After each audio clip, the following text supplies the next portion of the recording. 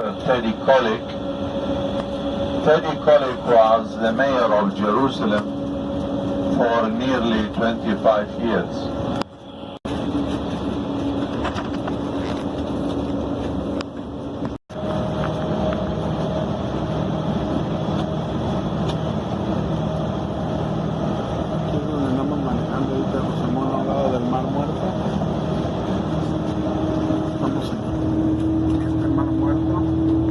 Mamá, dile hola a José Mon.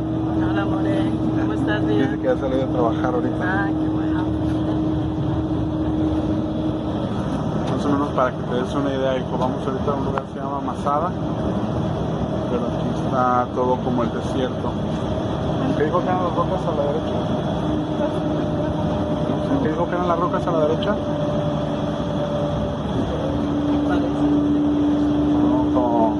Cúpulas, algo así, ¿no? Ok, José Mon, ahorita luego te marcamos, hijo, cuídate. Bye bye.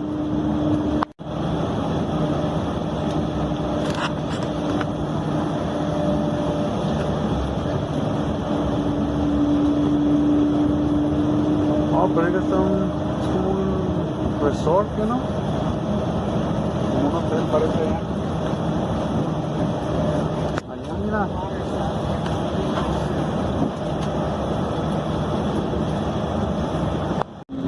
For a stray goat of his, to our right hand side, this is the entrance to Qumran.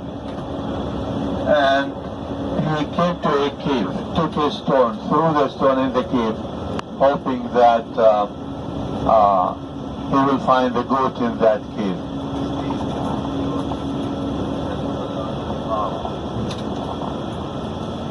And something broke. And he was afraid. Now look to your right hand side there. You see the cave? This is the cave. This is the cave over there. So something broke. This shepherd boy was afraid. He ran away. He thought that the cave is haunted. Next morning he came back with his cousin.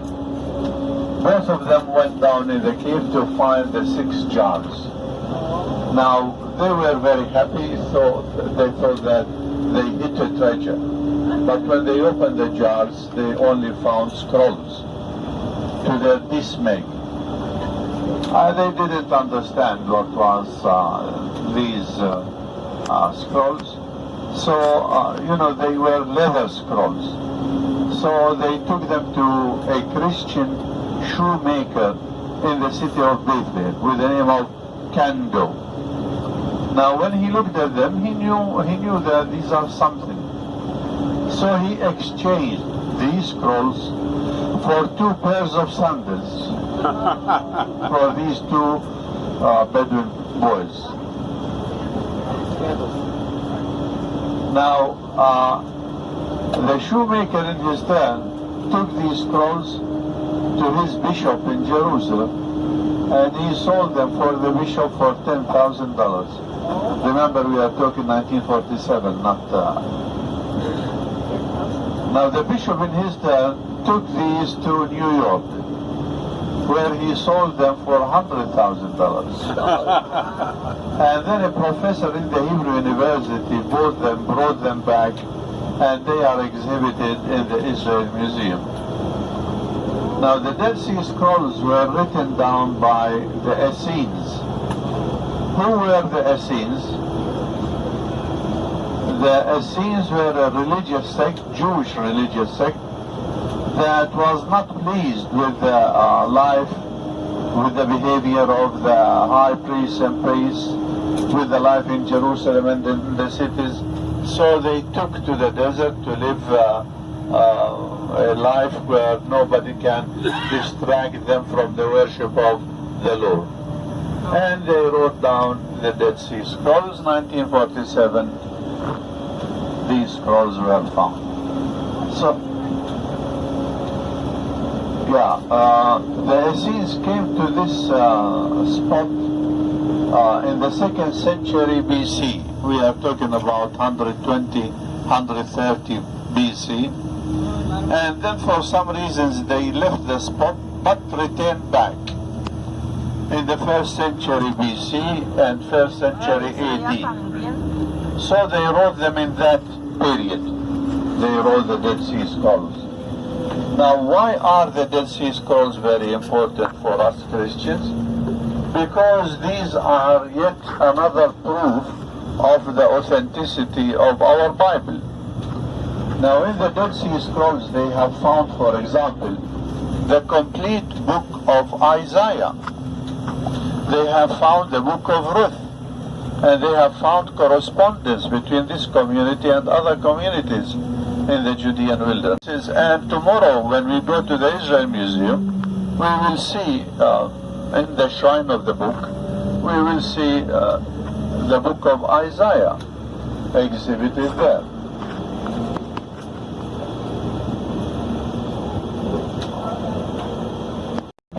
X. It is like a mountainous fruit. Usually we see some of these here in this area. Who used to raid the kingdom and cities and places. Now we are talking about the 2nd century BC. Then came Herod the Great. Herod the Great assumed powers in 39 BC.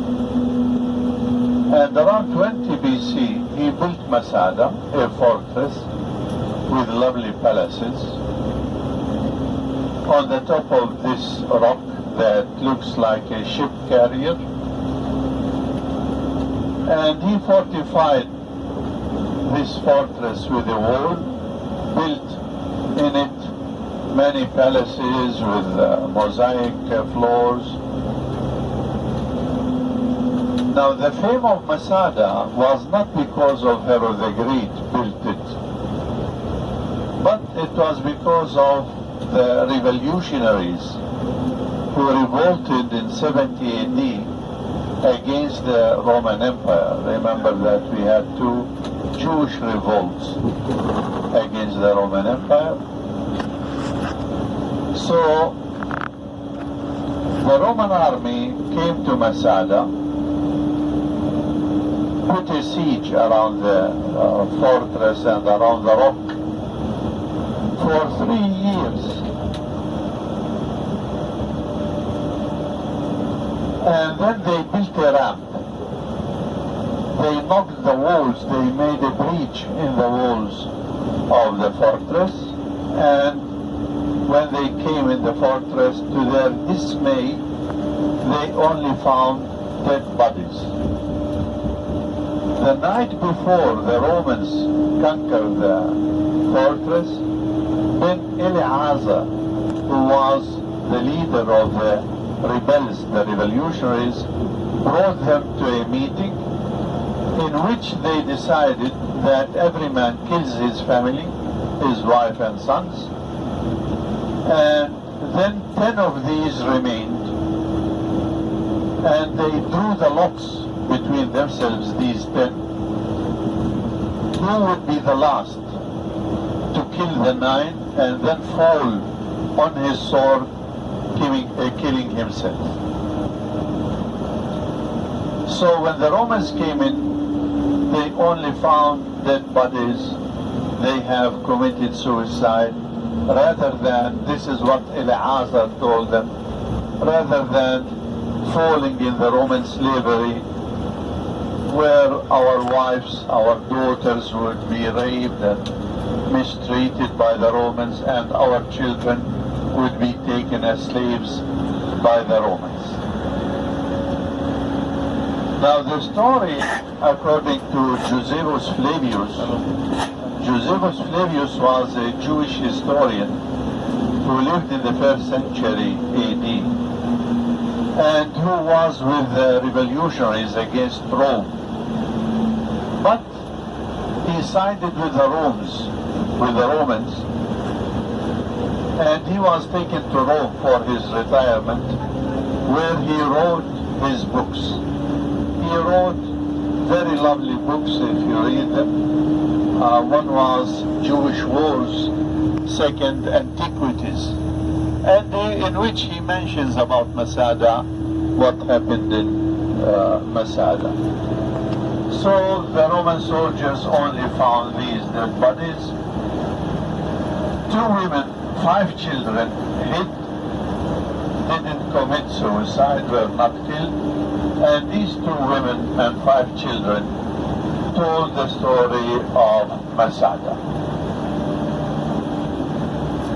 So this is the story of Masada, what happened in Masada. According to Josephus Flavius, around 996 people used to live in the fortress.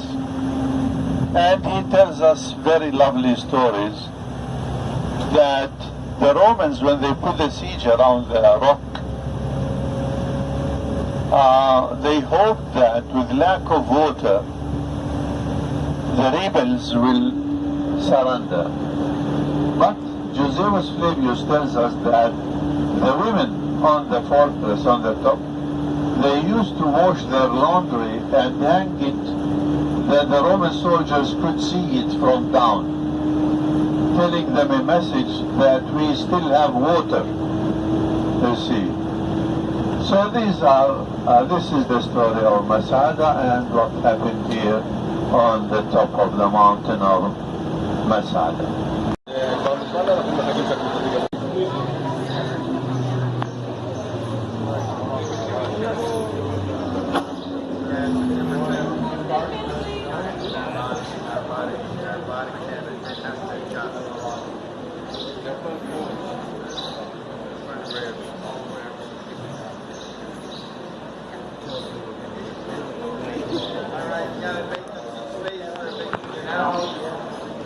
Lucía, ¿cómo estás?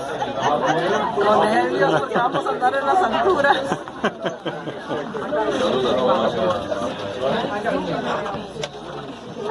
Sorry.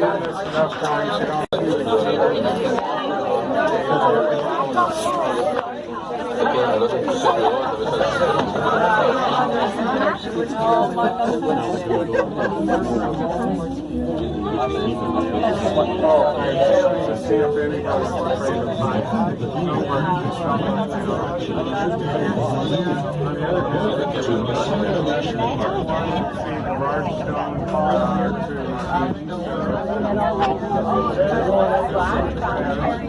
also notice behind us, going up the side of the hill,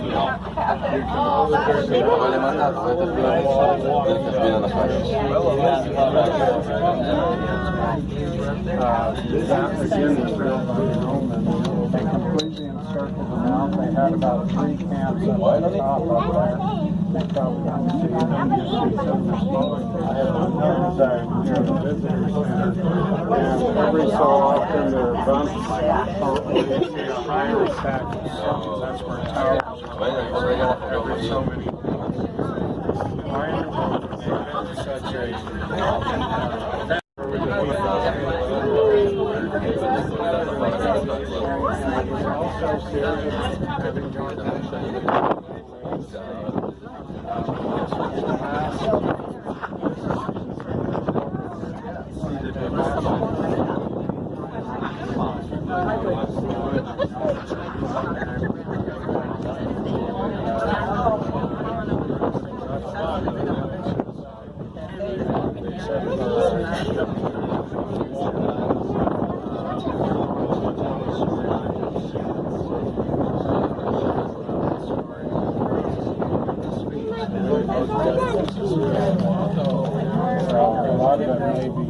Josephus'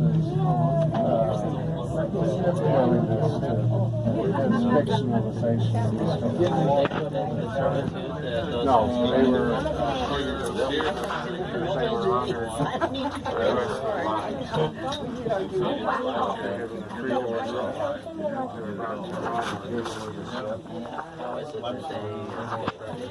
They hid in the system. אנא היזהרו מהדלתות החשמליות. אנו מאחלים לכם ביקור מהנה. Please be careful of the automatic doors. We hope you enjoy your visit.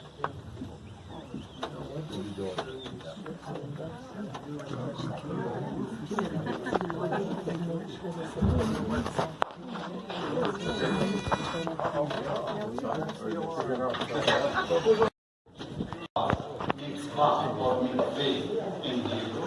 is the place where they immerse underwater before they go into prayers. Herod the Great wasn't religious, and he didn't care much to build ritual baths. So who were the people that built this ritual bath? Byzantines? No, Byzantines were Christians. Revolutionaries? Yes, the rebels, the revolutionaries, the zealots that used to live on the top of the cliff. These short columns on the floor. And over these columns there used to be a floor. And here, the oven where they burn whatever they had. Name it. Whatever they found they would burn. Then hot air will come under the floor, heating the floor. And if you see the pipes, these are reconstructed. These are not original. But you can see here the traces of the original pipes. You can see the traces of the original pipes in the wall there. So hot air will come under the floor and in these pipes, heating the place.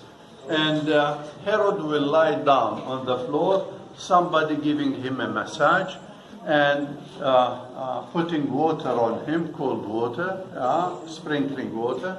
And this water sometimes it will evaporate to the top, and from the top comes in very cold drops down. So you have a sauna, something hot and something cold coming from the ceiling. So this is how he lived, and he lived a luxurious life. He was a very rich king, by the way, Herod the Great. Okay. Blessed art thou. Glory be to the Father, to the Son, and to the Holy Spirit. As it was in the beginning, is now, and ever shall be, world without end. Amen. O my Jesus, forgive us our sins, Save us from the fires of hell. Lead all souls to heaven, especially those in most need of thy mercy. Amen. Ave, Ave, Ave Maria. Ave, Ave, Ave Maria. The fifth.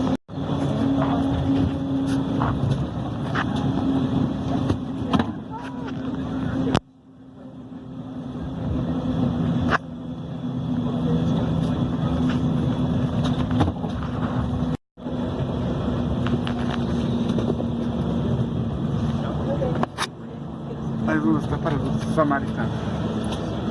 El buen samaritano, para allá era.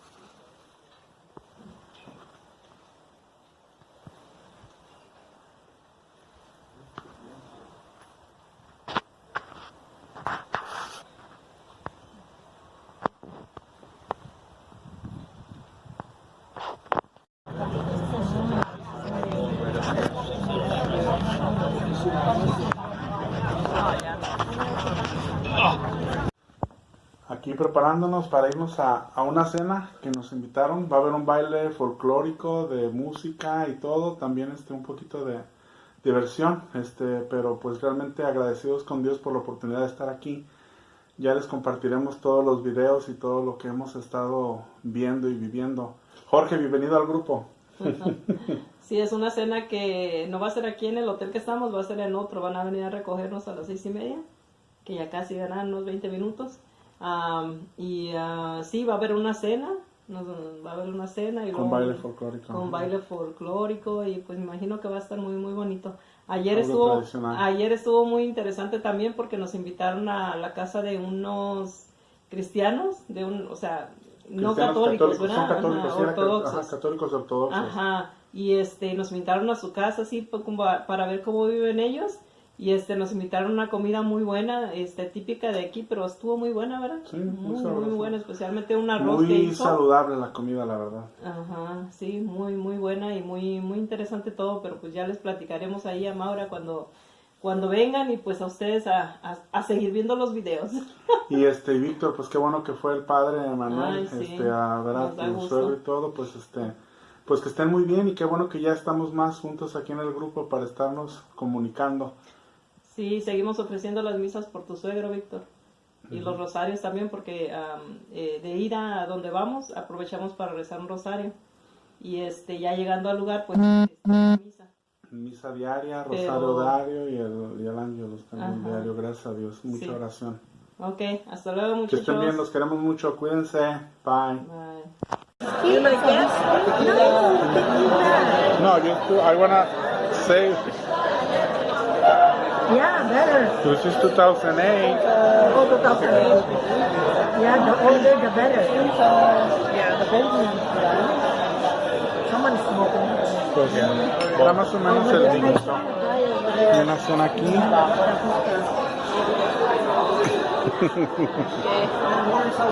Aquí con los que estamos aquí y por ahí está todo el demás grupo.